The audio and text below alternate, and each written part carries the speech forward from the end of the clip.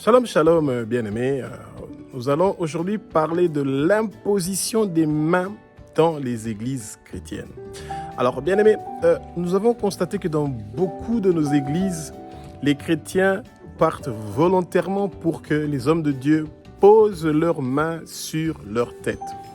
Eh bien, c'est une pratique qui est assez complexe dans le sens où les gens ont donné leur propre interprétation de cet acte-là de poser les mains sur les chrétiens. Eh bien, la parole nous dit que les anciens imposent leurs mains sur ceux qui sont malades pour que ces gens-là puissent recevoir la guérison. Que le Saint-Esprit prenne le contrôle de ma bouche pour que ce que je veux dire pendant cette émission, que ce ne soit pas moi qui sois en train de dire ça, mais que ce soit le Saint-Esprit qui est en train d'utiliser ma bouche comme son instrument pour que je puisse parler de ce que le Seigneur veut que nous puissions connaître comme vérité. Et que le vent impétueux du Saint-Esprit commence à souffler dans le lieu où vous êtes et que la vérité arrive dans vos pensées, que la vérité arrive dans vos maisons parce que c'est quelque chose de très important, bien-aimé. Et que l'esprit d'aveuglement puisse tomber et que c'est vos ennemis qui soient frappés d'aveuglement pour qu'ils ne puissent pas voir où vous êtes, ce que vous faites et qu'ils ne puissent plus avoir accès à vous empêcher de pouvoir connaître la vérité. Acte chapitre 9 au verset 17 nous parle de Anania qui devait imposer ses mains sur Paul pour que Paul recouvre donc la vue et qu'il reçoit le Saint-Esprit. Alors, cette phrase-là, c'est ça qui est une phrase qui est très importante. Et que beaucoup de gens, des hommes de Dieu, quand ils sont en train de prier pour les malades, et qu'après cette prière-là, et quand ils disent que vous êtes guéris, ils ne demandent pas que vous recevez le Saint-Esprit et que vous soyez remplis du Saint-Esprit. Et bien aimé, ça devrait attirer votre attention parce que le Saint-Esprit est celui qui guérit. C'est pas l'homme qui guérit, non, c'est le Saint-Esprit qui guérit. C'est pas l'homme de Dieu qui est en train de guérir, c'est le Saint-Esprit. Et donc, le Saint-Esprit est celui qui continue à faire le travail. Après la guérison, le Seigneur veut que vous soyez capable de pouvoir vous défendre vous-même contre tout esprit qui veut venir pour détruire votre vie.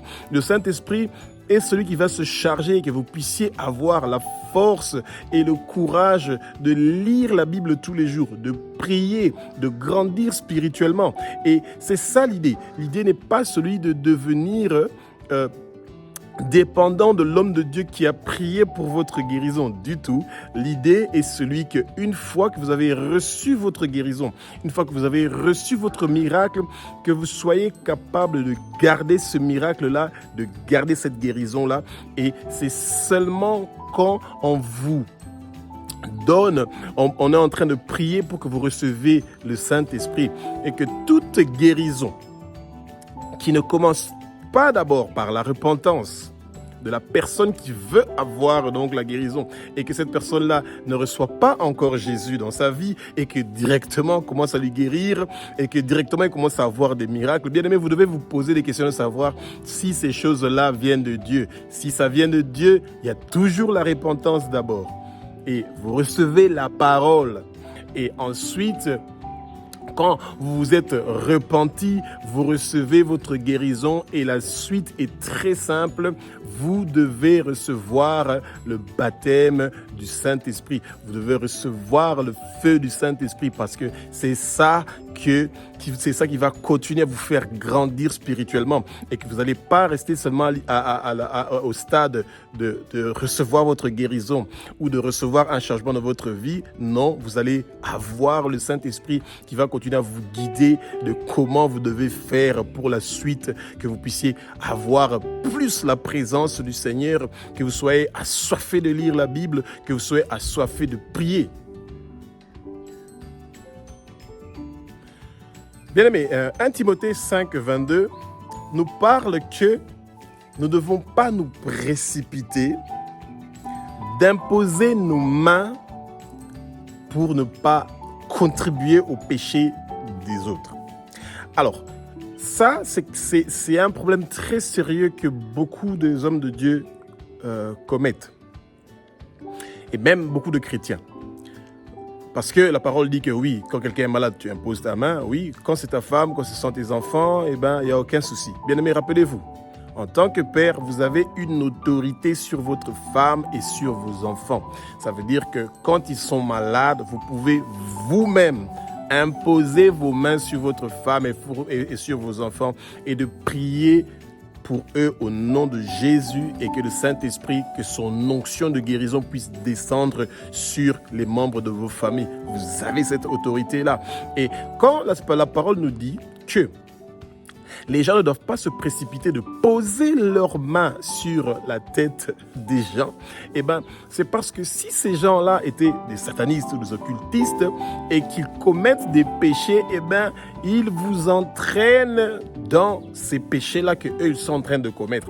Et vous allez voir que beaucoup de gens, parce qu'ils veulent démontrer une puissance qu'ils ont, on ne démontre pas une puissance qu'on a, parce qu'on n'a pas une puissance. Non, c'est le Saint-Esprit qui est en train d'agir à travers nous.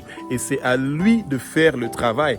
Et c'est pour ça que de nos jours, c'est sage que vous priez et que le Seigneur connaît votre voix et qu'il va faire les choses selon sa volonté et non selon notre volonté. C'est pas parce que nous imposons nos mains sur la tête des gens que nous allons influencer la volonté du Seigneur. Non, le Seigneur guérit quelqu'un quand il veut, comme il veut et où il veut et de la façon qu'il veut. C'est pas parce que nous imposons nos mains sur la tête de quelqu'un que nous allons influencer la décision du Seigneur. Non, la parole nous dit ceci, que la volonté du Père soit faite dans le ciel, sur la terre.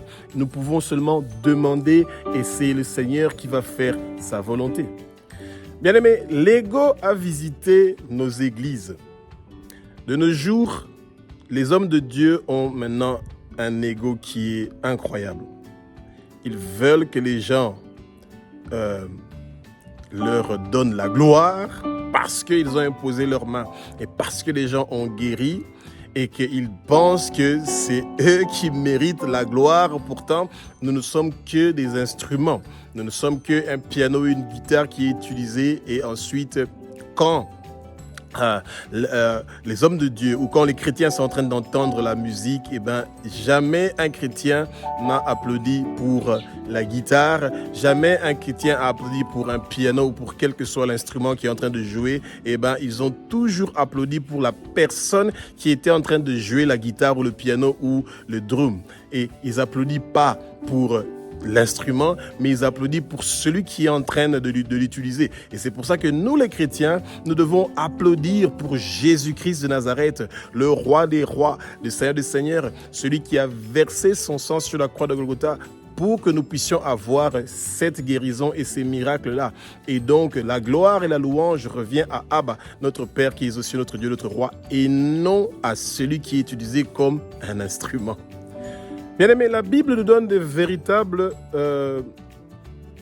avertissements sur les gens qui imposent leurs mains sur nous, les chrétiens. Quand on parle de anciens dans la Bible, on parle des gens qui ont fait leurs preuves, des hommes mariés à une seule femme, que leurs enfants sont exemplaires, que leur vie est exemplaire, que la communauté dans laquelle ils sont irréprochables. Ce sont ces gens-là ou ces femmes-là qui sont mariées à un seul homme et qui ne sont pas divorcés et remariés, et que ce sont ces gens-là qui peuvent venir pour prier quand vous êtes malade, qu'ils peuvent imposer leurs mains sur vous. Et bien aimé, quand vous venez dans une église où vous ne connaissez pas la vie de ces anciens-là, ne vous aventurez pas à vous mettre à genoux et à accepter qu'on impose les mains sur vous, parce que c'est la meilleure façon de pouvoir recevoir des démons dans votre vie et ce n'est pas ça qui est du tout intéressant.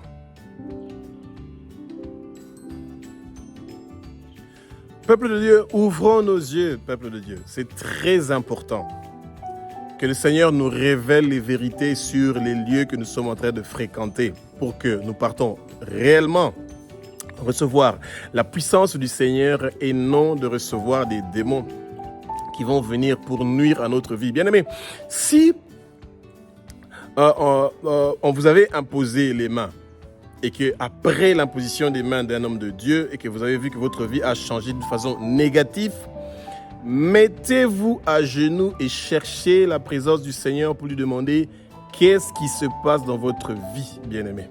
Parce que l'imposition des mains sur vous doit apporter des effets qui sont positifs. Et quand ça commence à apporter des effets négatifs sur votre vie, ça veut dire qu'au lieu que vous recevez la puissance du Seigneur, vous avez reçu à la place des démons. Et faites cette prière suivante avec moi pour que nous puissions terminer.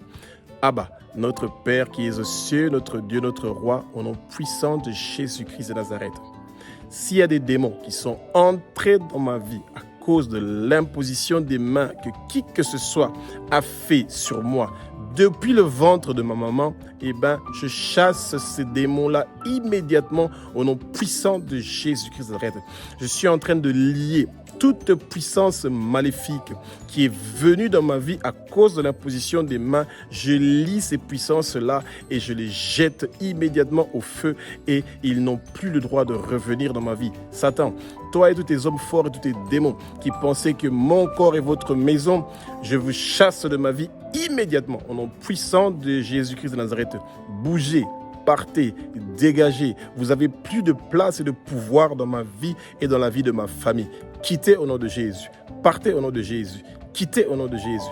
Partez au nom de Jésus. Vous n'avez plus de place et de pouvoir dans ma vie. Je ne veux pas de vous. Je ne veux pas de votre présence. Mon corps est le temple du Saint-Esprit et moi, j'ai donné ma vie à Jésus-Christ de Nazareth, le Fils de Dieu. J'ai donné ma vie à Jésus qui est Dieu. J'ai donné ma vie à Jésus qui a versé son sang sur la croix de Golgotha pour que je sois sauvé. Je suis sauvé et j'ai été racheté de la main de Satan et c'est pour ça que ma vie est en train de recevoir une percée, un changement, une transformation immédiatement au nom puissant de Jésus-Christ de Nazareth.